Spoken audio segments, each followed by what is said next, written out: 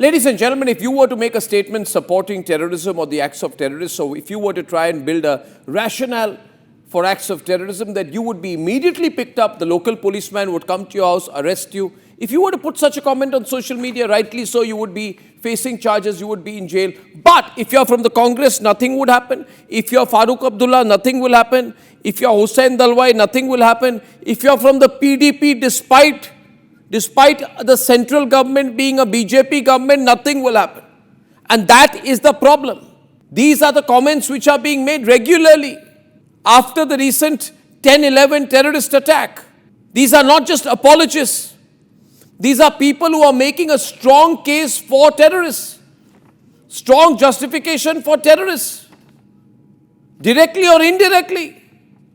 And Indians are getting angrier and angrier, ladies and gentlemen, but the government is doing nothing. The government thinks these are subjects for TV debates. They don't really matter to the people. What I want to say, they actually do. You know, viewers, the terrorist who was planning to kill thousands of people in Gujarat by poisoning them using ricin, his name is Dr. Ahmed. I can take his picture on air. He's been severely beaten up in Sabarmati jail. Now, I don't support anyone getting beaten up, almost killed. I'm against it. But this is also a reflection of the growing anger among the people of this country against terrorists. And yet, Congress MP says these are misguided people, government does nothing. Chidambaram says we must ask what circumstances people became terrorists. Farooq Abdullah says, most importantly, why did doctors kill people themselves? Mehbooba Mufti says we must analyze why a doctor straps RDX and kills himself, makes an argument. And I have this feeling when I hear these statements and I realize that the government is doing nothing, neither the state government in Jammu and Kashmir or the central government, I fear that we have this live and let live approach that's growing in our society. The common man put in jail for saying much less.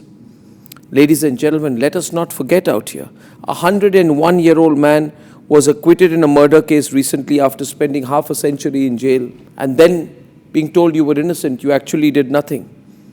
After 39 years of a legal battle, Jageshwar Prasad Awasthi, a former billing assistant in the Madhya Pradesh State Transport Corporation, was acquitted in a bribery case after 39 years of legal battle in a case involving 100 rupees. That is what happens to a common man. But if you're a Congress leader, nothing will happen. Why is the government going soft on these people? Have we become a soft state? That we have to listen to these people and we are told it's all right. Is there some concert going on within the politicians that one side will appear to be hard, one side will appear to be supporting the terrorists, and they'll all then eventually be all right, meet and greet each other in the Delhi Gymkhana Club and pretend in India International Center and pretend everything is okay? Is politics an act, ladies and gentlemen? Is politics an act? If it was not an act, then why are these people not facing charges? Why is the central government not going against them? The central government must go against them. We need a hard state. What is a hard state? A government which acts without hesitation, enforces laws ruthlessly, and tolerates zero threats to national security. We say we want to be like Israel, but if we are to be like Israel, we must become a hard state which punishes criminals fast, confronts enemies immediately, and never negotiates. A hard state is a state that not just projects strength, not just imposes order, but uses force unapologetically to defend national security.